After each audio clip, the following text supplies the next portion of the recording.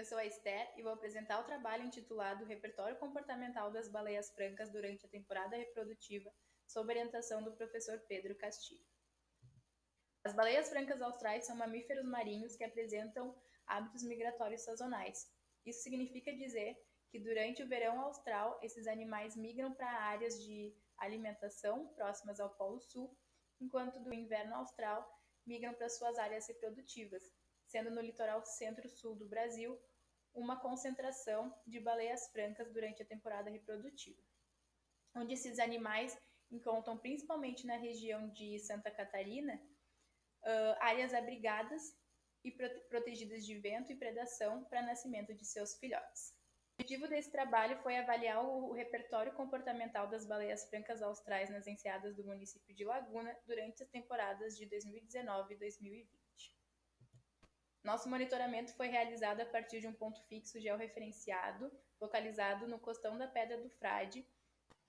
A gente foi a campo 3 vezes por semana durante essas temporadas, quando as condições ambientais eram favoráveis, e chegando no campo, nosso primeiro método foi realizar um scan inicial, que nada mais é do que fazer uma varredura total da área, a fim de encontrar grupos de baleias a serem acompanhados. Na ausência desses grupos, scans subsequentes foram realizados em intervalos de 20 minutos.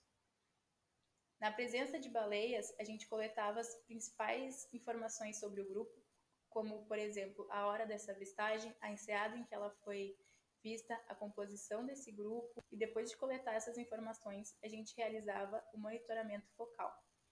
que é realizado a partir de uma estação total, que é esse equipamento que mostra na foto, onde ele nos dá a posição, através de ângulos horizontais e verticais, nos dá a posição da baleia. Então, todos esses dados coletados foram digitalizados e organizados em planilhas no Excel, onde também foi realizados os cálculos percentuais e onde plotei os gráficos e tabelas.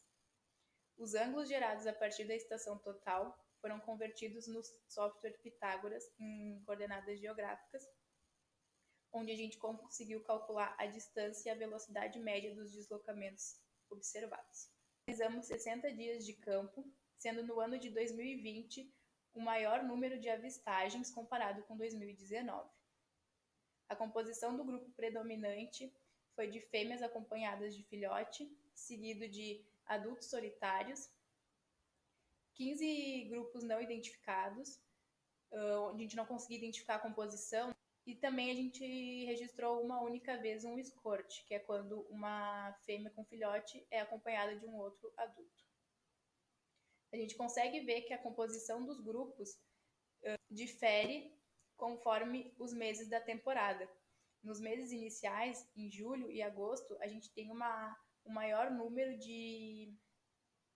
adultos solitários, enquanto os meses de agosto e setembro, quando a gente começa a atingir o pico da temporada, a gente vê um aumento no número de pares de fêmea-filhote, que sugere que os filhotes estão nascendo na região. Os estados comportamentais são aqueles comportamentos de duração longa em que os grupos estão engajados a realizar, como, por exemplo, o grupo está se deslocando, está em descanso, está em brincadeira, ou em estado social, ou em mix, que é quando a fêmea e o filhote apresentam estados comportamentais distintos. Dentro desses comportamentos, os mais avistados foram o de deslocamento e o de descanso, o que sugerem que são comportamentos de baixo gasto energético, uma vez que esses animais estão justamente em uma situação com filhote, que não pode ter um gasto energético muito alto.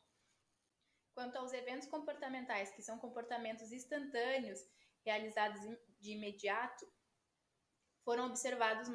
mais eventos na categoria de respiração, o que é esperado, né? Porque os animais eles precisam respirar. Então, foi observado muitos mais borrifos, subidas à superfície ou estado de mergulho,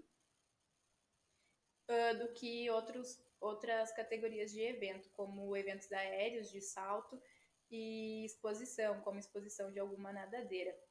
É importante a gente observar que a gente tem a presença dos comportamentos aéreos nos meses de setembro, onde a gente atinge o pico da temporada reprodutiva e os filhotes já estão mais fortes e precisam dessas atividades porque auxilia na comunicação,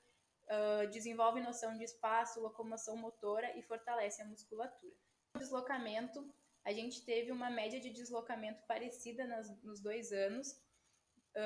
com 1,61 para 2019 e 1,43 para 2020, enquanto a velocidade de natação foi muito próxima também nos 2 anos, sendo a velocidade média para 2019 de 2,05, enquanto 2020 1,99, o que confere um deslocamento lento, que é justamente o que a gente já estava conversando sobre esses animais estarem